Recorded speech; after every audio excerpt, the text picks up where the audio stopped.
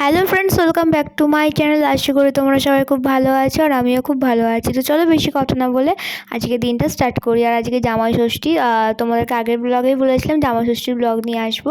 তো সকালবেলা স্নান টান করে উঠে রেডি হয়ে নিয়েছি একটা কুর্তি পরে, আর এখানে 5 রকম ফল কেটে নিয়েছি। আর জামাই ষষ্ঠীর যে খাওয়া দাওয়া মানে সকালের টিফিনটা সেটা ছাদেই করব।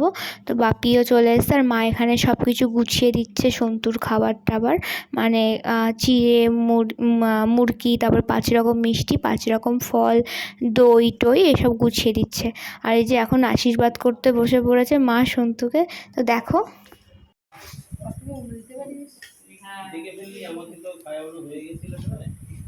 আমি একবার দিদুকে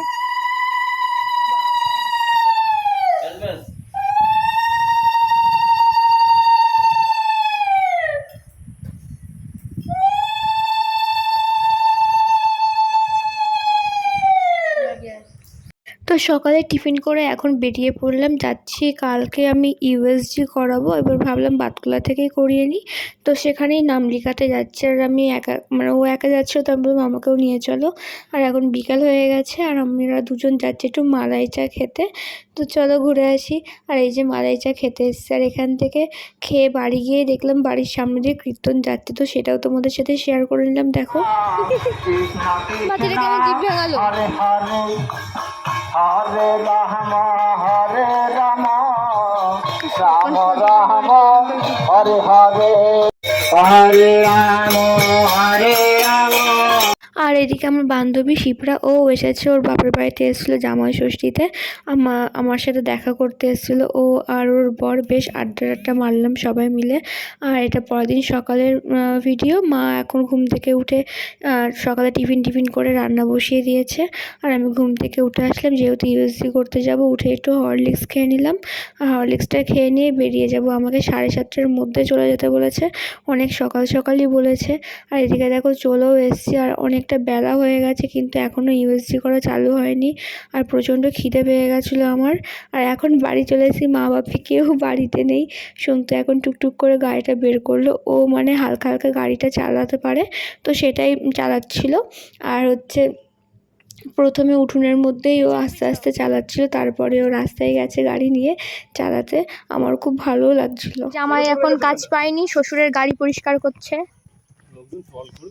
করুক, জামাই ষষ্ঠীতে এসে শ্বশুরের গাড়ি পরিষ্কার করছে, নাহলে শাশুড়ি খেতে দেবে না বলেছে। ভালো করে করবে, ঠিক আছে। আর পরের দিন বিকালবেলা বৌদিরাও চলে এসেছে বাপের বাড়ি থেকে। আর আজকে আমাদের একটা নেমন্তন্ন রয়েছে, সেখানে যাব সবাই মিলে। আর গুলুকে দেখো বাড়িতে এসেই বেরিয়ে পড়েছে, ফুটবল কিনে নিয়ে এসছে, জার্সি কিনে নিয়ে এসছে, এসেই বন্ধুদের সাথে খেলতে বেরিয়ে পড়েছে। আর আমরা ওখানে দাঁড়িয়ে ওর খেলা দেখছিলাম। এই মন্দিরটা আমাদের বাড়ির সামনে, শিব মন্দির। তো এখানে সবাই বিকালবেলায় খেলা টেলা করে, বেশ ভালোই লাগে। তো আমি আর সন্তু ছোটোটাকে নিয়ে এসে দাঁড়িয়েছিলাম এখানে। আর তারপরে সন্ধ্যেও হয়ে গেছে আর আমরা রেডি হয়ে চলে এসেছি। এখানে একটা জন্মদিন বাড়ি ছিল, তো উনি হচ্ছে আমার মায়ের বান্ধবী হয়, মানে যার জন্মদিন তার ঠাকুমা মানে আশ্রমে একসাথে যায়। তো আমাদেরও নেমন্ত্রণ ছিল, আর আমরা এখন নেমন্ত্রণ খেয়ে এখান থেকে একবারে কৃষ্ণনগর যাব। আর আমার অবস্থা দেখো, যত দিন যাচ্ছে তত আমার চেহারা খারাপ হয়ে যাচ্ছে, তত আমি মানে কেমন একটা হয়ে যাচ্ছি দেখতে। আর দিকে ছোটরা দেখো এগুলো নিয়ে খেলা করছিল।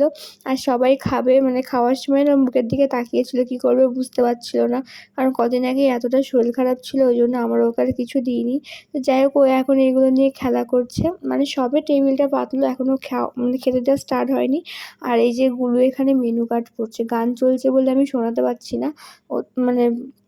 আর এদিকে দেখো মা ছোটোটাকে আইসক্রিম খাওয়াচ্ছে, কিছুই খাওয়ায়নি ওকে। তো একটু আইসক্রিম দেখে মানে খেতে চাইছিল। আর পুরো মুখটা দেখো, পুরো মুখে লাগিয়ে দিয়েছে আর মজা করে খাচ্ছে ও।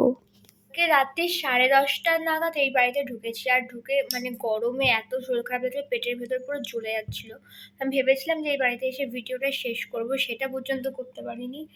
তো এখন স্নান টান করে নিলাম, স্নান টান করে উঠে ভাবলাম যে তোমাদের সাথে একটু কথা বলি, তাই এখন একটু কথা বলতে বসলাম। আর বাড়িতে মানে অনেকদিন না থাকলে যা হয়, পেছনে মানে ঢপে জল নেই, নিচেও জল নেই, জলের ক্রাইসিস চলছে। আর সেই রকম গরম পড়েছে, সন্ধ্যের আগে মানে ও যেতেও পারবে না জল আনতে। দেখি এখন কি হয়, এত জল তেষ্টা পেয়ে গেছে না যে কি বলবো তোমাদেরকে। তো যাই হোক, দেখি এখন কি করে, এখন খাবো যত সম্ভব, খাওয়া দাওয়া করে কথা হচ্ছে। আমার পিসি হচ্ছে নিজের হাতে হচ্ছে ইয়ে বানিয়ে পাঠিয়েছে আমার জন্য, কি বলে, আমশক্তগুলো প্রচণ্ড ভালো খেতে, এর আগেও খেয়েছি, আবারও দিয়েছে, একটা কাঁচা আমের রয়েছে আর একটা পাকা আমের রয়েছে। দিয়ে গেছে অনেকদিন আগে, সেই লোকনাথ পুজোর আগে, কিন্তু ওই বাড়িতেই ছিল, আমার আর আনাও হচ্ছিল না, কিছুই না। তো কালকে মা হচ্ছে ফ্রিজ থেকে বের করে দিল যে নিয়ে যা, তোর জন্য বানিয়ে দিয়েছে, তো সেই জন্য নিয়ে আসলাম। তো যাই হোক, এই ব্লগটা আমি আর বড় করছি না, এই অবধি রাখছি। যদি তোমাদের ভালো লেগে থাকে লাইক শেয়ার কমেন্ট করো, আর সাবস্ক্রাইব করতে একদমই ভুলো না। তো দেখা হবে কালকে আরেকটা নতুন ফ্রেশ ব্লগ নিয়ে। তো আজকের মতন টাটা।